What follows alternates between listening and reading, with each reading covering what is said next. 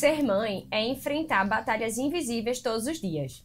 É lutar por respeito, por espaço, por escuta e, muitas vezes, é também lutar por direitos que deveriam ser garantidos, mas não negados. Silenciosamente, sistematicamente. Hoje, o nosso call é para falar sobre essas lutas, desde o direito a um parto humanizado, tantas vezes desrespeitados pelas operadoras de plano de saúde, até os enfrentamentos que surgem quando há um diagnóstico de atipicidade, como o TEA, e a necessidade de terapias específicas que, infelizmente, também são negligenciadas. Essas mães não pedem privilégios, elas pedem dignidade, acesso, cuidado, e é sobre isso que a gente vai conversar hoje. Meu nome é Juliana, eu sou mãe de 3 pequenos, empresária e apresentadora do Podcolo. Recebemos, nesse episódio, a advogada Débora Castro, mãe de 3, professora de Direito Civil e Processo Civil, mestre em Direito pela UFPE, vice-presidente da Comissão de Proteção de Dados da OAB Pernambuco. Com sua vivência pessoal e profissional, Débora traz um olhar sensível e firme sobre os enfrentamentos jurídicos que muitas mães precisam encarar para garantir o básico: saúde, respeito e acolhimento. Vamos falar sobre o que é direito, mas também sobre o que é justo, sobre como o conhecimento pode empoderar e proteger, e sobre como a maternidade, além de tudo, é se apropriar não do que queremos, mas do que precisamos, em busca do melhor para nossos filhos. Débora, obrigada por estar aqui conosco. E a luta da mãe é grande desde o momento do parto. Já surgem dúvidas em relação à cobertura do plano de saúde, direitos na hora do parto, nasce a mãe, nasce uma batalha. Meu nome é Marta Azim, mãe, avó, psicóloga e apresentadora do Podcolo. Vamos juntas refletir sobre como esses momentos podem ser vividos com mais leveza, mais consciência e mais afeto. E aí, gostaríamos de agradecer, Débora, mais uma vez por você estar aqui. Nada, é um prazer meu. E aí eu queria aproveitar, já te mandar uma pergunta, tipo, qual o melhor caminho para obter os direitos da criança? Então, quando a gente pensa, né, na criança, eu acho que a gente pode abordar essa pergunta de 2 maneiras, né? Então, a gente pode pensar na nossa criança, nossos filhos, as pessoas que estão sobre o nosso poder, né? E como a gente pode buscar os direitos dele, mas a gente pode pensar também sobre e as crianças que estão ao nosso redor, né? Então, às vezes a gente observa algumas famílias, alguns problemas que estão ao nosso redor, às vezes a gente não sabe muito bem como agir. Né? E aí, como é que eu posso fazer isso, né, em benefício das crianças que eu estou observando ali, que não é um ambiente muito saudável, existe alguma questão que eu acredito que deveria envolver as autoridades, né? Então, eu acho que cuidar da criança é para além da gente olhar só para o nosso umbigo, para as nossas crianças, mas a gente ter esse olhar, né, acho que mais ampliado. Claro. E aí, quando a gente está falando de crianças, outras crianças, né, a gente pode sim buscar. Existem órgãos que são responsáveis por fazer essa verificação, essa fiscalização, né? Então, o Ministério Público tem a promotoria específica da criança.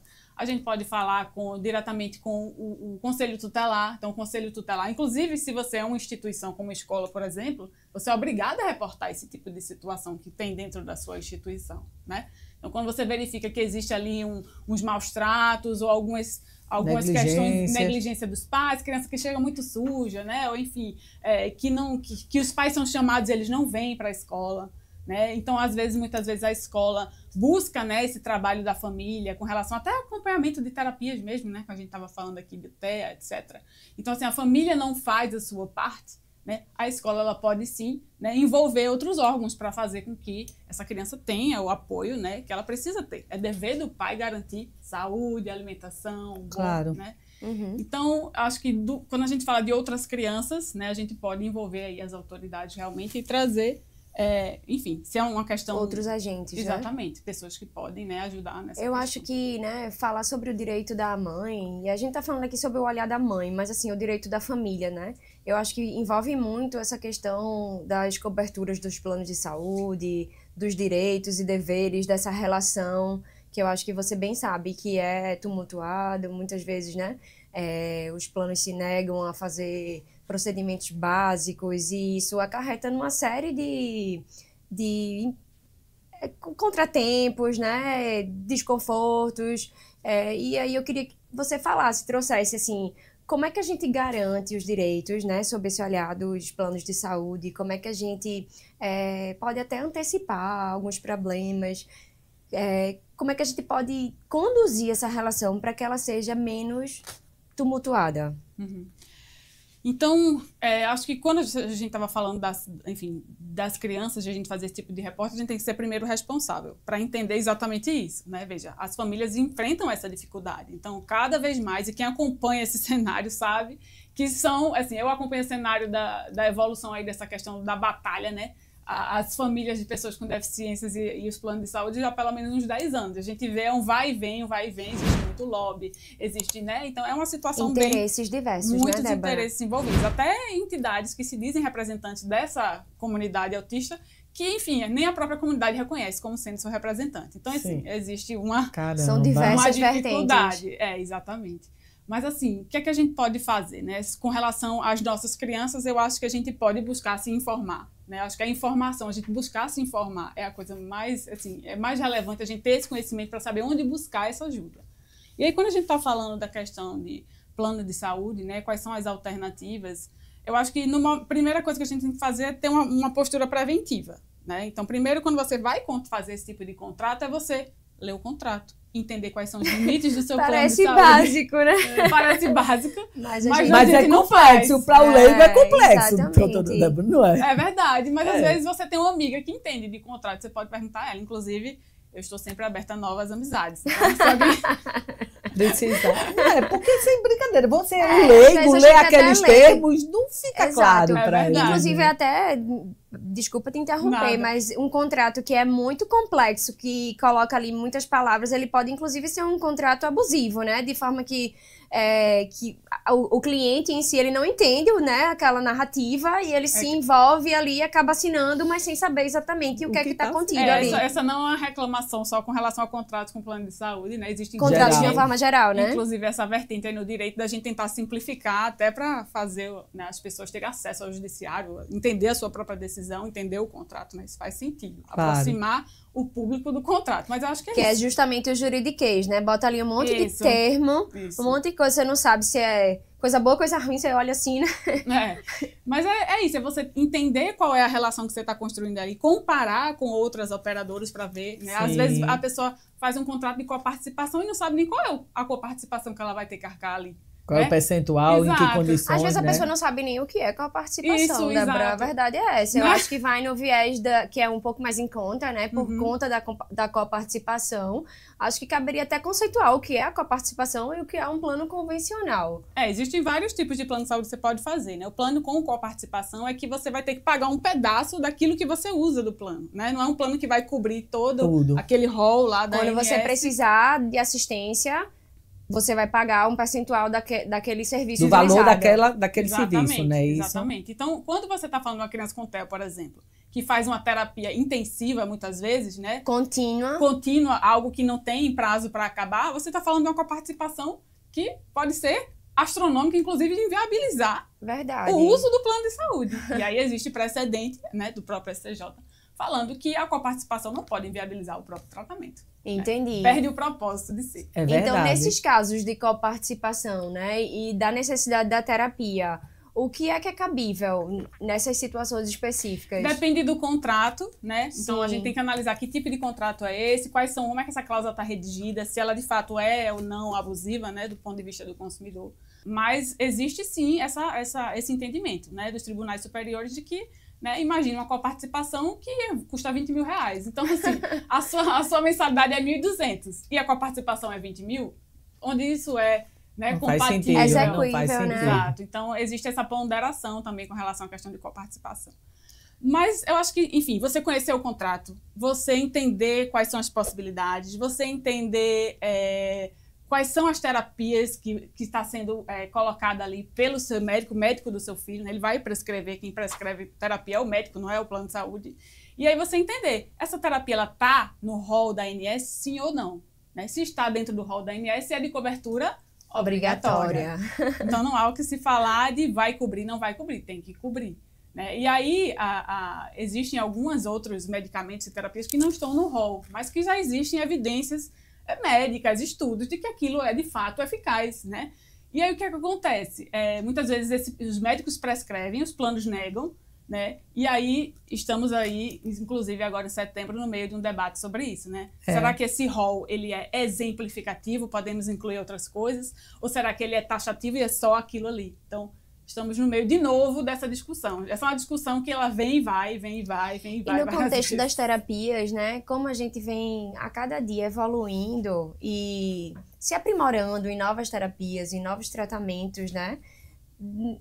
Espera-se que seja algo dinâmico, né? Que possam ser incluídas novas terapias e outras que estão um pouco mais ultrapassadas, né? Serem substituídas por algo mais moderno. Então, não faz sentido a gente, sabendo que existe um tratamento mais eficaz, ser privado disso.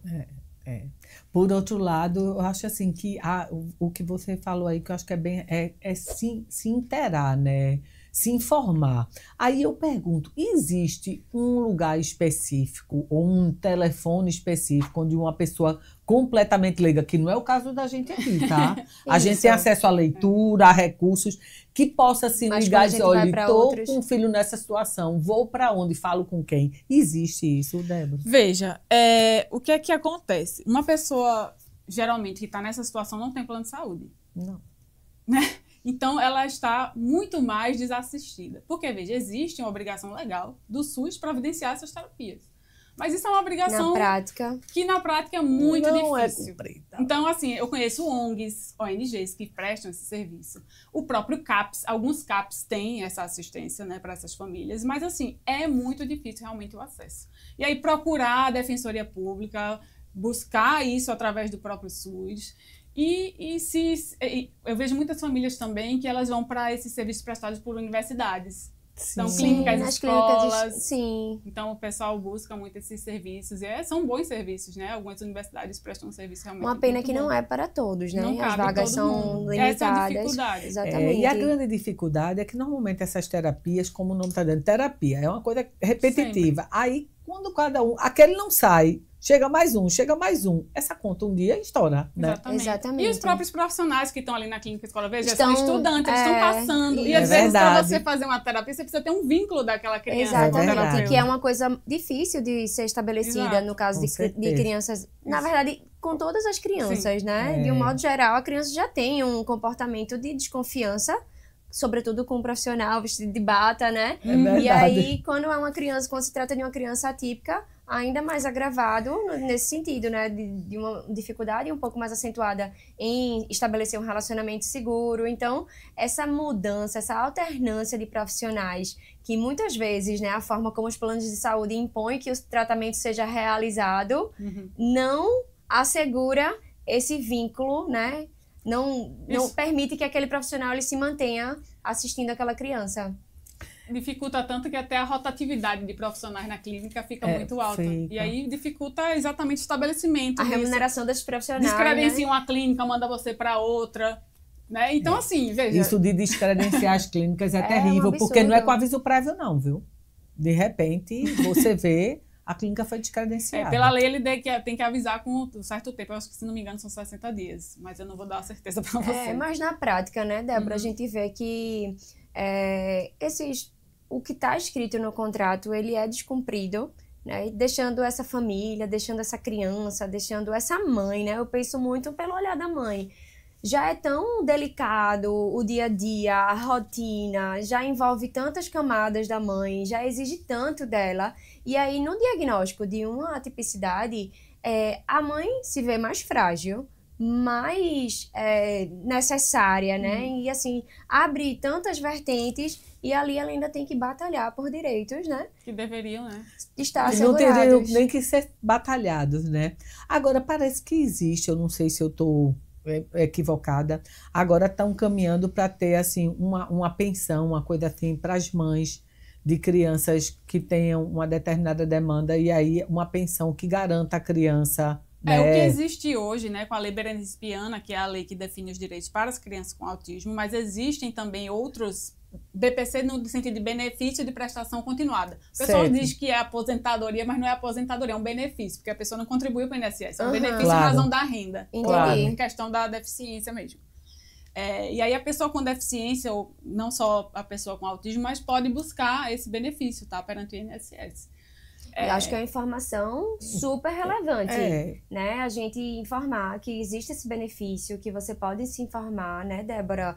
Onde é que essas pessoas podem buscar essas informações? Perante o INSS, você vai fazer o pedido, juntar lá... Imagino que vai haver uma perícia, vai né? haver uma certeza, perícia, com provavelmente certeza. você vai juntar o laudo médico, e aí vai, né, enfim, ser analisado o seu pedido, deferido ou não. Sendo indeferido, você pode recorrer à justiça para ter o deferimento, né, contra o próprio INSS. Porque, assim, às vezes é um direito, né, uma garantia que muitas vezes, na verdade, eu acho que todas as vezes, né, não vai resolver a questão, mas de certa forma atenua, né? Propicia, né, alguma oportunidade cuidado. a mais para essas crianças, para essas famílias, Em né? inúmeros casos, a mãe não consegue trabalhar, o que já é uma outra problemática. Dentro da comunidade a gente tem tantas camadas, né? Verdade. A gente tem aquela mãe do autista de suporte 1, que tem as suas dificuldades.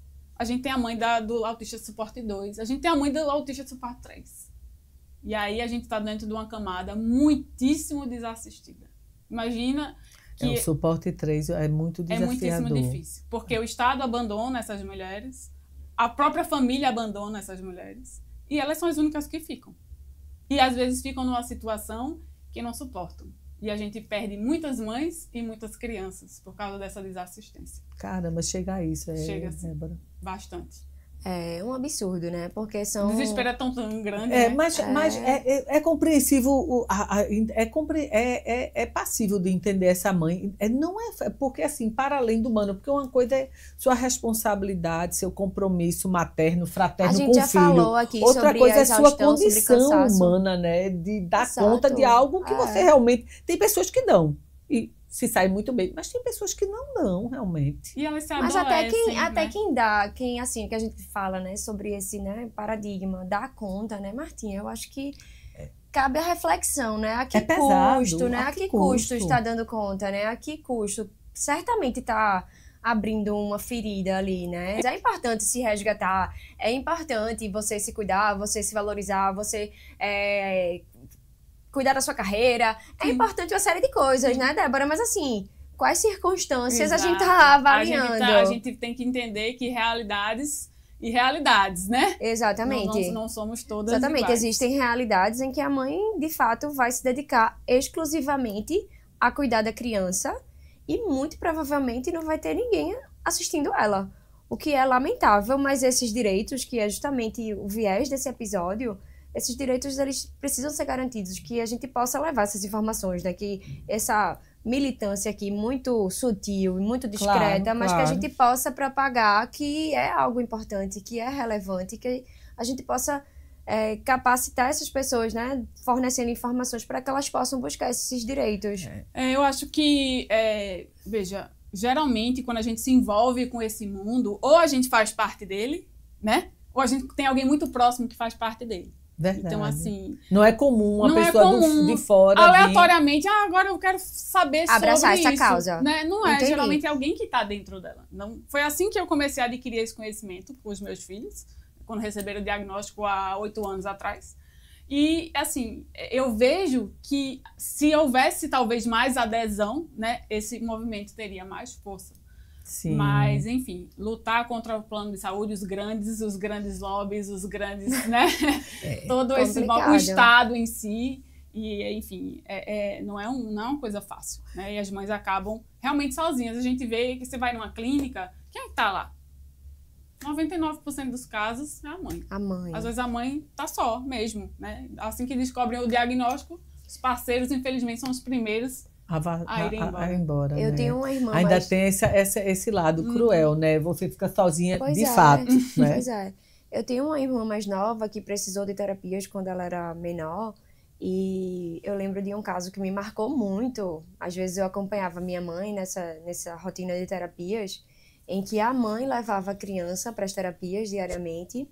E o pai, quando ele se referia aos filhos, ele contava um filho a menos. E aquilo me marcou muito, porque ela contava isso de uma forma até natural, porque eu acho que ela aceitou a situação, porque provavelmente ela não tinha outra alternativa. E aí, quando ele se referia, não vou me lembrar exatamente, mas assim, ele dizia, eu tenho 2 filhos. E, na verdade, ele tinha esse terceiro filho que tinha essa necessidade especial. Então, assim, a gente vem de uma cultura, né, que ainda não está preparada para receber essa tipicidade, né? E lidar com as diferenças. E aqui eu estou falando de pessoas atípicas, fisiologicamente falando, mas a gente não está muito... Não é comum para a gente lidar com diferenças. Com diferenças. Então, assim, muito mais simples, né? Vamos dizer assim. E que, às vezes, a gente se depara com uma pessoa, né, na rua que a gente faz, meu Deus do céu, né? Por que essa pessoa está agindo dessa forma? Então, a gente realmente não está preparado. E quando surge uma tipicidade que fica ali evidente que é diferente, aí é que é mais difícil ainda, né? Acho que... E eu acho que é uma dinâmica que, assim, não sei se acontece, mas na realidade que eu vejo, eu acho que era muito importante as instituições trabalharem não só com a criança e a mãe, mas com a família. Porque, por exemplo, se você tem um irmão e esse irmão é preparado para lidar com as adversidades, com as demandas daquele irmão ou irmã que tem uma demanda, é mais fácil amanhã, ele adulto, né, ser uma rede de apoio para essa pessoa, para esse irmão, ele propiciar algo. Então, assim, eu tenho me preocupado muito com isso, sabe? Porque muitas vezes, o que é que acontece do ponto de vista da minha visão, né, como psicóloga? Tem uma criança com a demanda e a família investe naquela criança. Ela precisa e é para ontem. A outra criança está ali e ainda é uma criança. E quer atenção, quer colo, quer também participar. E aí, isso muitas vezes é negligenciado no bom sentido, porque a demanda é grande. E aí, acontece uma coisa que, se você não cuidar, em vez de estreitar o laço, afasta. E lá na frente, aquela pessoa ali seria uma pessoa importantíssima para vir a ser o apoio ou o gancho para aquele irmão. Né? Então, assim, eu tenho alertado, sabe, para algumas famílias, eu digo, olha, cuide, mas não esqueça aqui, porque amanhã talvez seja quem ele terá, ou quem ela terá, entendeu? E isso é muito importante, porque eu, pelo menos, venho de uma família que a gente, assim, foi muito estimulada a cuidar do outro. Então, tem um, o outro tá perto, tem um, o outro tá perto. E isso hoje faz toda a diferença. Eu vejo pra gente, quando um tá bem, o outro chega e encosta. Então ajuda, porque hoje mamãe já não faz, não dá mais esse cuidado. Então, assim, eu acho que é uma coisa que eu acho que é importante trabalhar, o diagnóstico, sabe? Ele não é só daquela criança, pessoa, não é da família. É da família. Porque precisa desse envolvimento. E o diagnóstico, ele vai para além da questão, né, enfim, terapia, médicos, etc. A gente está falando dessas pessoas em vários contextos. Exatamente. A gente está falando dessa pessoa no contexto escolar, que aí é uma outra camada, uma outra série de dúvidas e dificuldades. Aqui na minha pauta. Mas é uma outra frente, né, que acaba assumindo muito da ajuda, né, para esse tipo de criança. Tem famílias que utilizam como, de fato, ajuda, né, que vem como algo complementar, mas tem famílias que já vão delegar de forma, né? A escola tem que tratar isso típicos aqui. E atípicos, tá? Típicos e atípicos, então, verdade. eu também trabalho com escola, um dos meus clientes é a escola, e eu vejo isso, assim, muito próximo. E aí a gente consegue ver que a família que realmente está envolvida, e seja o seu filho atípico, né, ou atípico, tenha ele uma deficiência ou não, aquelas famílias que estão envolvidas, que participam, que querem colaborar na escola, a gente vê que aquela criança tem muito mais possibilidade, né? Muito mais. Verdade. Essa assistência é fundamental, né? E, assim, para muito além de um diagnóstico, né? Que eu acho que não define a criança, mas define qual será a metodologia mais adequada. Essa questão da família estar junto, e aí entrando para o viés da escola, né? Que às vezes a gente transfere um pouco essa responsabilidade que não é da escola, né? Eu acho que o lugar de educar é em casa, né? Determinar limites. E a escola surge como algo suplementar que vai favorecer o social, que vai estabelecer vínculos e outras coisas, o estímulo cognitivo, né? Que é o lugar adequado para... O próprio conhecimento em si, né? Mas aí eu vejo que famílias de crianças atípicas acabam, de repente, transferindo até um pouco mais nesse sentido, né, das obrigações da escola, né? E quais são essas obrigações, Débora? E quais seriam também as obrigações da família, né? Quais são as obrigações de ambos os lados? A lei, quando a gente fala de deficiência, né, a lei ela é muito ampla. O que é uma pessoa deficiente? Então, veja, se você tem uma incapacidade longa ou prolongada, que, seja ela de origem mental, física. Já é complexa, inclusive na definição. Não, né? ela é muito ampla, justamente para verdade. abarcar várias pessoas. E o que é que define se a pessoa é deficiente ou não, né? Em algumas situações, a lei define se a pessoa é, por exemplo, o TEA, a lei equipara a pessoa com deficiência. Então, qualquer pessoa que tem o diagnóstico de TEA é considerada, para fins, né, jurídicos, como uma pessoa com deficiência. Mas existem outras situações em que, por exemplo, a pessoa tem uma dificuldade sensorial, às vezes a pessoa tem uma dificuldade mental, intelectual, física, né, que impede ela de, no convívio social, se você convivendo socialmente, você encontra barreiras que impedem você de ter acesso aos seus direitos e conviver em sociedade, né, e usufruir daquela convivência de maneira plena e eficaz. Então, se você encontrando barreiras, e que barreiras são essas, Débora? Veja, uma barreira física é, por exemplo, eu quero pegar um ônibus, eu tenho que conseguir chegar nele, subir. Então, essa é uma barreira. Se eu não consigo fazer isso, eu tenho uma perna ou não tenho uma perna, enfim, qualquer que seja a situação, eu não consigo fazer isso, eu tenho ali, né, uma possibilidade de uma barreira que me impede de exercer esse meu acesso. Então, às vezes a barreira... tem que abarcar tudo. Isso. A barreira pode até não ser física. Então, por exemplo, se eu estou na escola e preciso aprender um conteúdo e eu sou surdo, como é que eu vou entender? O professor está de costa, falando. Eu estou impedida ali de aprender, estou impedida, né? Por quê? Por causa de uma condição que, para mim, é a longo prazo. É uma questão física, né? Então, isso pode ser considerado deficiência. E aí a pessoa diz, mas o meu filho tem TDAH, ele é deficiente? Depende. Ele se encaixa no conceito de deficiência. Entendi. Então, não necessariamente a pessoa, claro, né, por causa do diagnóstico, vira ela é deficiente. Mas, alguns casos, pelo simples diagnóstico, você é considerado deficiente, porque a lei entende que aquela condição ali, né, de maneira geral, ou 100% dos casos, vão impedir você de exercer os seus direitos ou de conviver em sociedade de maneira livre e eficaz, sem uma adaptação. Então, claro. Por isso que deficiência, né? Porque vai precisar de uma adaptação. Né? Muito importante a gente conceituar, né? Porque é algo muito mais amplo do que a gente imagina, né? E o fato de conceituar da forma correta assegura a você, né? Se você tem direito a algumas coisas ou não. Isso. Já antecipa que você tá ali dentro daquele rol ou não. Agora, em relação à escola. Isso. Aí chega muito disso, né? Chega pra você, Marta. Pra mim, chega todo dia. Direitos, né, da mãe. Mas dentro do contexto escola. Aluno, eu digo, olha, você precisa conhecer sobre o PEI. O que é o PEI? É o Plano Educacional Individualizado. Que maravilha seria se todo aluno pudesse ter o PEI. Que é basicamente você entender como aquele aluno específico aprende. E aí ele vai elaborar um plano educacional para aquele aluno. Não é possível hoje em dia no nosso, né, modelo de educação.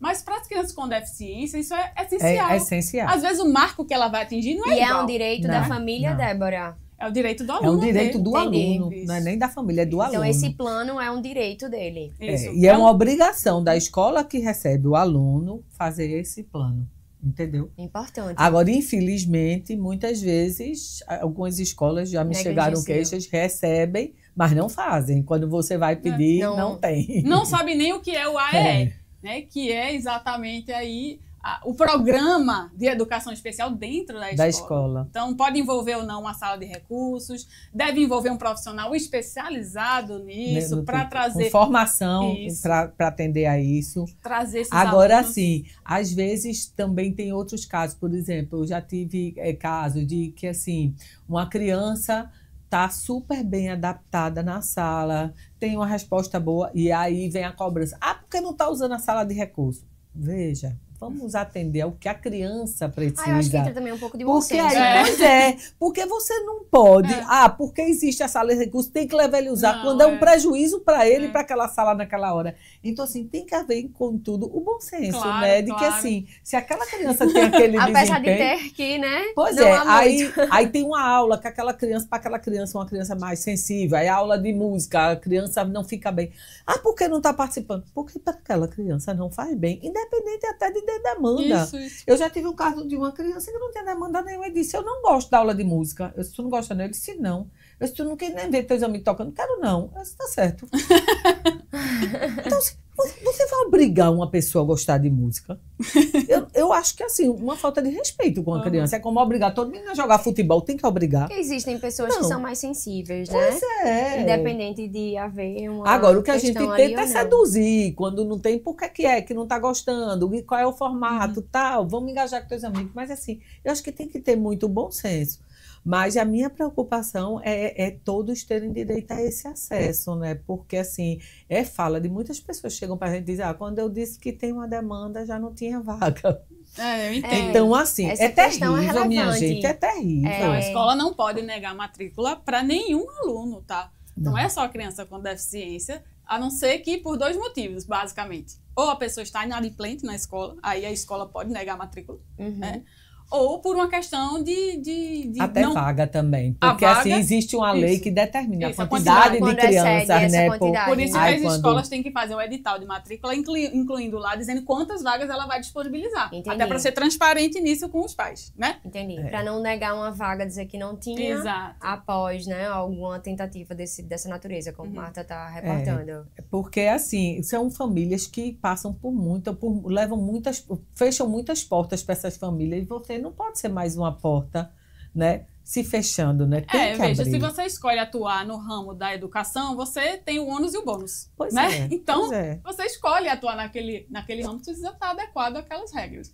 E, então, assim, você pode negar a matrícula, sim, se a pessoa estiver inadimplente, ou se, por exemplo, ela não segue ali as regras do regimento interno. Aluno indisciplinado, que já sofreu muitas, enfim, advertências, suspensão, Que aí tem um histórico né? E aí desse tem um aluno. histórico, você pode, sim, né?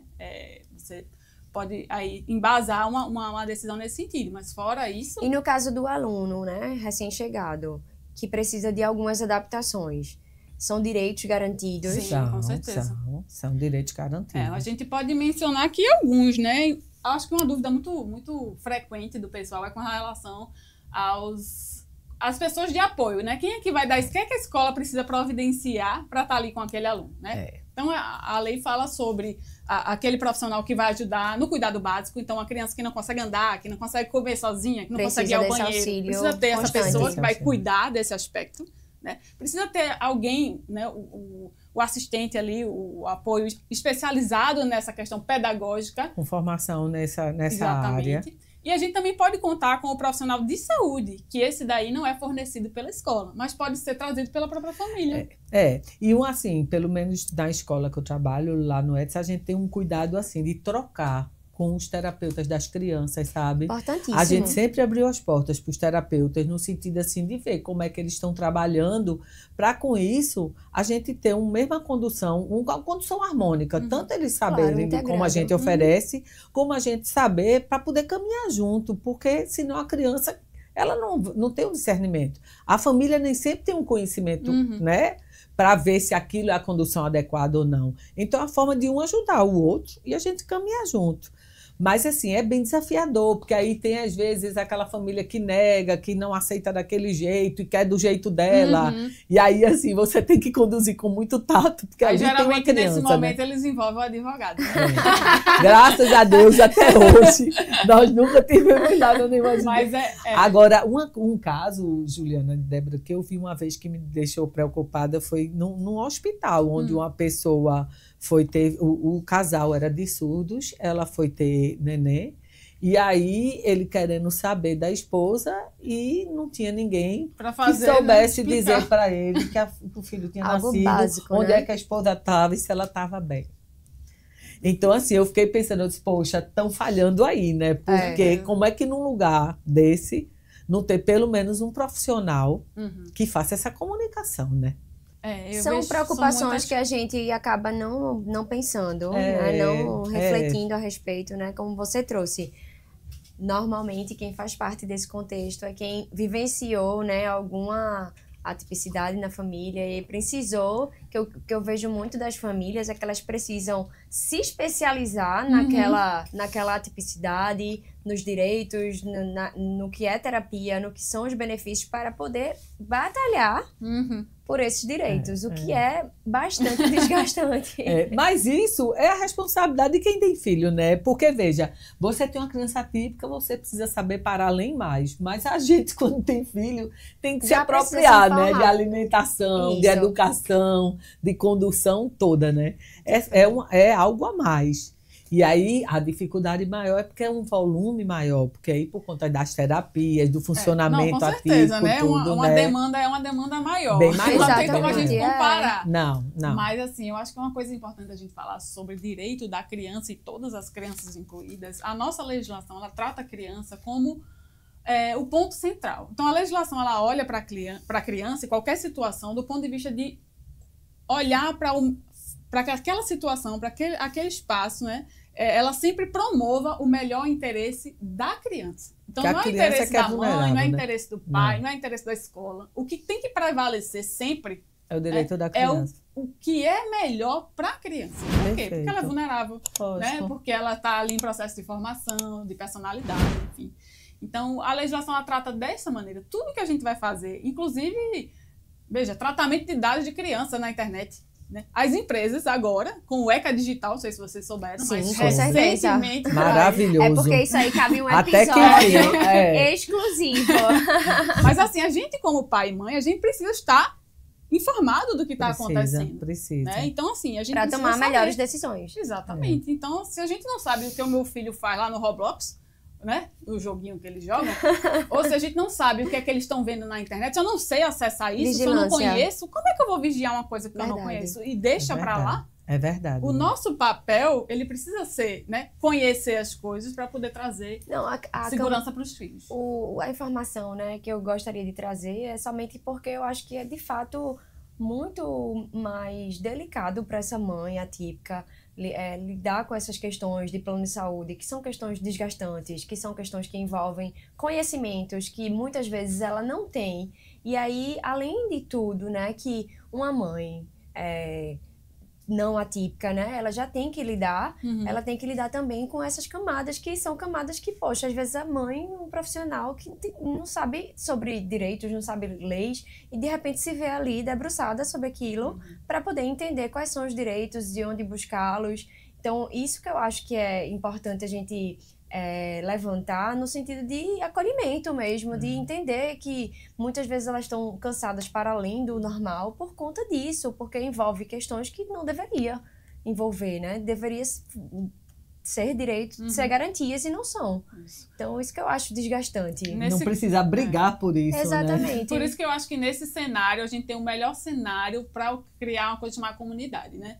Então, as mulheres... Apoio, exatamente. Vamos se juntar, né? E a gente vê, assim, eu vejo e conheço, faço parte desse apoio. Mães que conversam, essa clínica foi assim. Compartilham conhecimento. Isso. E se ajudam mesmo. Uma é médica, a outra é advogada. E, enfim, a gente faz esse tipo de rede. A gente já falou aqui sobre a importância da rede de apoio, né? E sobre a rede de apoio alinhada com as necessidades da criança, né? E justamente eu acho que vem a calhar esses grupos, né? Que você citou. A gente estava falando sobre rede de apoio de crianças da mesma idade que compartilham, né, demandas semelhantes. E aí entra, né, que você vivenciando dificuldades, né, desafios parecidos, acaba... Vocês já têm, então, esse grupo? Existem vários grupos, né? Certo. Assim, geralmente, quando a gente faz parte de uma clínica, que você encontra sempre aquelas mesmas mães, a gente mesmo faz o nosso próprio grupo. Claro, então, claro. E aí, eu tô no grupo de uma clínica com algumas mães, aí saí da clínica, vou para outra clínica, tô com um grupo da outras mães. Olha, lá no grupo daquela outra clínica, tem uma mãe que ela é nutricionista, vai te ajudar. E a gente se conecta essas pessoas. Perfeito. Então, assim, é uma forma da gente tentar driblar dificuldades, né? E acho que uma coisa importante... não se sentirem sós, né? É a gente não entender que, veja, eu conheço vários casos, já estou nessa vida, né? Há uns 8 anos. E assim, eu vejo mães que se mudaram para o sítio porque o filho só come peixe. E ela vai criar peixe, porque ela não tem condições de comprar peixe todo dia. É um menino grande já. Então, ela cria o peixe para o filho dela comer. Então, né? Um outro caso que eu conheço é de uma criança que ela tem uma seletividade alimentar, assim, gigantesca. Ele não consegue comer nada que não seja biscoito maisena. Então, assim, ele tem uma suplementação, né, para ele conseguir viver, mas ele não consegue comer nada que não seja determinado biscoito. E a mãe vai para o supermercado e enche o carrinho de biscoito maisena, porque é a única coisa que essa criança come. E aí a escola liga reclamando porque o menino só come biscoito maisena. Não, mas se ele não come outra Entende? coisa, ele Então, vai fazer assim, o quê? é falta da sensibilidade, de ouvir, de entender o outro e realmente ter essa empatia. Acho que É às verdade. vezes a carga já é tão grande, você não precisa dificultar mais. Não, Pois é, né? não. Ninguém, você não, é tudo que você não precisa, A né, importância da gente Débora? trazer, né, casos como esse, que eu acho que gera Podemos essa falar sobre vários casos aqui.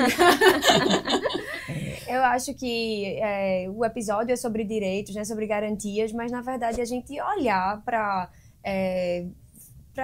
essas crianças, né, para essas mães, com um olhar diferenciado mesmo, né? Às vezes, assim, se você não sabe o que dizer, se você não sabe o que questionar, não questione nada, né?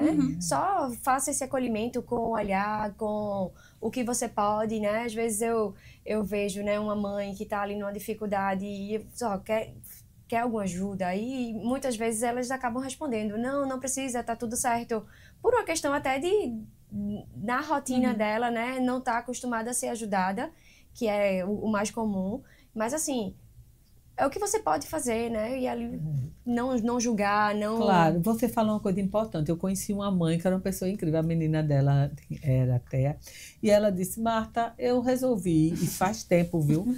Ela disse, eu resolvi não me esconder, eu resolvi viver e me expor junto com ela. E com isso eu vou para os aniversários, todos os meus amigos já conhecem ela, eles tomam conta dela comigo. E aí eu conto com muito mais ajuda do que se eu ficar trancada, escondendo. Eu não tenho que me esconder. Eu disse, claro, você não tem nenhuma vergonha, você tem uma filha. É direito da mãe também, né, viver? Pois é, eu disse, você não tem que ter vergonha, você tem uma Exatamente. filha, então vá-se embora para o mundo mesmo. E assim, eu achei tão interessante, porque ela disse, eu chego, meus amigos já sabem, eu já digo o que pode, o que não pode, e cada um dá uma ajudinha, e naquela hora eu me alivio. Encontrar a sua Então, forma, é né? uma coisa que eu penso assim, de se repente, se buscar mais realmente essa troca, né, para além das clínicas, para além dos muros de casa. Com Então vamos certeza. se encontrar, vamos providenciar isso que eles sabem que a maioria gosta, tal, e se ajudar, né, Débora? Não, eu acho que é isso, sabe? Isso eu não sei se isso é uma coisa... eu sei que isso é muito de mulher, né? Mulher tem isso de, assim, a nossa amizade de mulheres, eu acho que é uma coisa, assim, que os homens deveriam aprender mais sobre isso. Vamos chamá-los para essa história. Eu acho que a amizade entre mulheres, ela é, assim, ela pode ser fonte de muito entendimento, de muita escuta, de muito apoio. E sobretudo nessa questão da maternidade, né? Eu já tinha amigas antes da maternidade, mas os laços que eu fiz após a maternidade são muito mais profundos mesmo, pelas trocas, pelas vivências compartilhadas. Eu acho que é muito importante essa questão das redes, de se juntar com os semelhantes. E a gente entende o que a outra tá Exatamente. passando. Ela tá falando do que você vive, Ju né? tem 3, eu tenho 3. E aí, Ju, sobreviver essa semana, ela kkkk. Porque, né, ela sabe, a gente sabe como é. Como é Exato, difícil. sabe? A linguagem é compreensível, né? É usada. Muito importante. E assim, que rico trazer você aqui, né? Nosso tempo muito curto para falar sobre algo que abrange tantas camadas. Com certeza a gente vai trazer Débora de novo, né, Martinha? Com certeza. Mas Vamos falar sobre os direitos aí das parturientes, né? Sim. São muitas vertentes. Sim, verdade, verdade. Para a mãe entender que ela também tem muitos direitos, né? verdade. Apesar de muitas obrigações, conhecer um pouco mais sobre os direitos. Queria te agradecer, Débora, pelo seu tempo, por compartilhar informações tão relevantes. E volte sempre. A casa é sua, o colo é seu. E reforçar, né? A gente queria reforçar aqui que direito é coisa de mãe, é coisa de criança, é direito de cidadão, né? Todo cidadão tem direito. Na dúvida, procure seus direitos, né? Débora passou aqui as informações, a gente vai reforçar essas informações, né, nos compartilhamentos, para que esses direitos sejam cada vez mais assegurados. Acessados e assegurados, né? E essas informações sejam propagadas. Com certeza. Débora, muito Nada, obrigada, eu que viu? agradeço, é um em nome prazer. das crianças, em nome das mães. Das mães, Esse colo é muito importante.